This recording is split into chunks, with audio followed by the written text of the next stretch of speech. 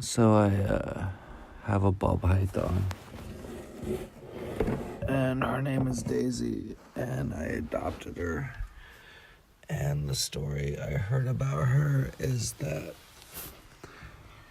she was owned by a family and they moved, and in the course of them moving, they determined that the best course of action would be to take this snake down into the creek and cut it in half so that they didn't have to bring it to their new place of residence. And so a family member of mine said fuck that and adopted it,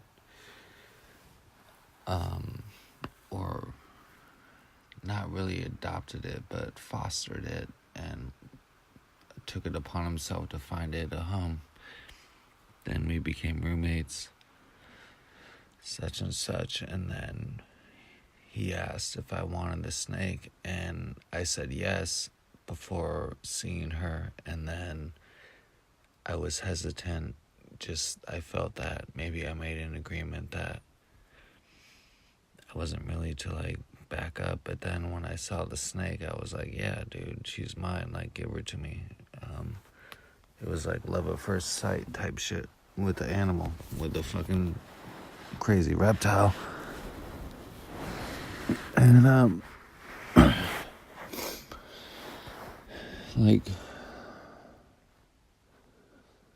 being religious and spiritual the way I am,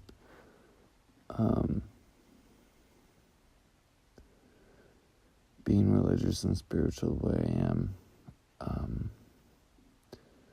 okay, wait, let me back up. Prior to me getting the snake, I had 2 cats, and my kids wanted them, and so I gave them to my kids, and they took them to their mom's house. Then I didn't have a pet or a roommate. I was like, I just really want a pet. I know dogs are I ain't trying to fuck with a dog. I was like, should I get a kitten?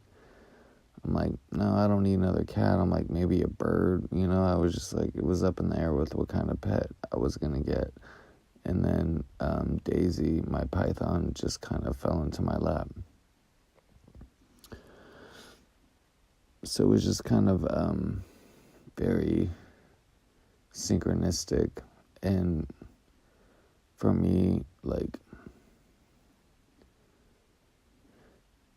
people could be like, oh, you got a PhD in Google U and, whatever the fucking stupid meme is. But, yeah, I can Google shit all day long. I could cyberstalk the fuck out of anybody. Irrelevant, because I probably read hella way more books than you.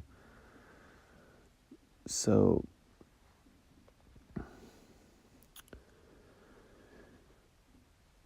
back to the synchronistic moments in Jung, Jung, of all the research I've done and whatnot, all the digging I've done, synchronistic moments, Jung coined the term a synchronistic moment. And what is a synchronistic moment? It's when me and you were talking about a cat, and then a cat crosses the street, and you're like, whoa, we were just talking about a cat, just, you know what I'm saying? That's synchronistic moment. But then he goes deeper into that, and then he says, what does a synchronistic moment mean? And then he answers the question, a synchronistic moment is an indicator,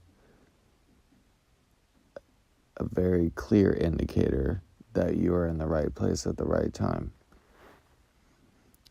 So that's how I saw me getting my snake, Daisy, my python, who was up for execution before I spared her in a way.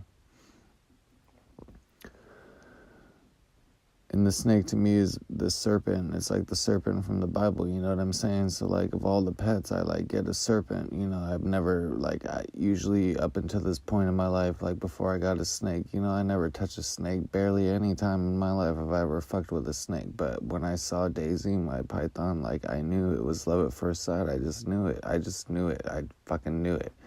It was probably like Eve seeing the apple. I wanted the fucking snake. Like, no joke, for real.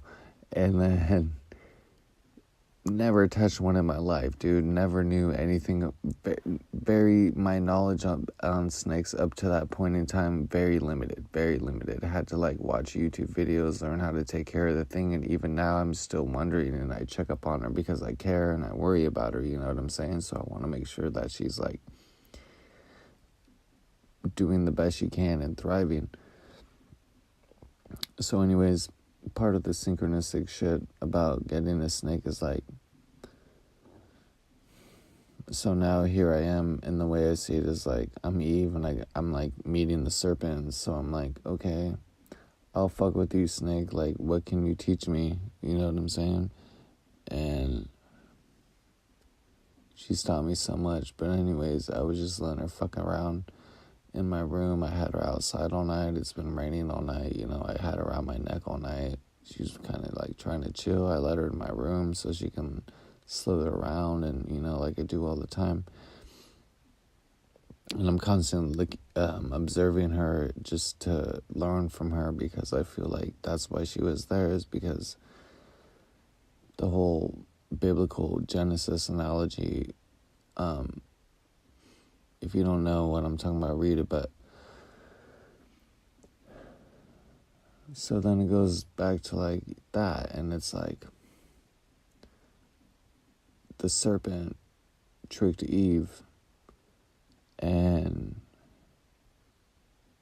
the serpent, i.e. the snake, or no one knows the species, but, you know, I have a Catholic Bible that says that even the Catholic Church doesn't know the species of the serpent in reference in Genesis, so no one really knows. I'll assume it's a snake or a serpent, i.e. in the terms of a cold-blooded creature, because when I think of a serpent, I think of a snake, but beyond that, the next thing I think is a cold-blooded creature.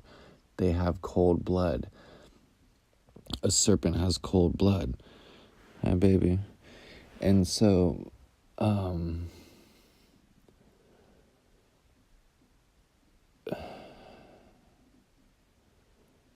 it's not that the serpent, in a lot of ways, it is smarter than us.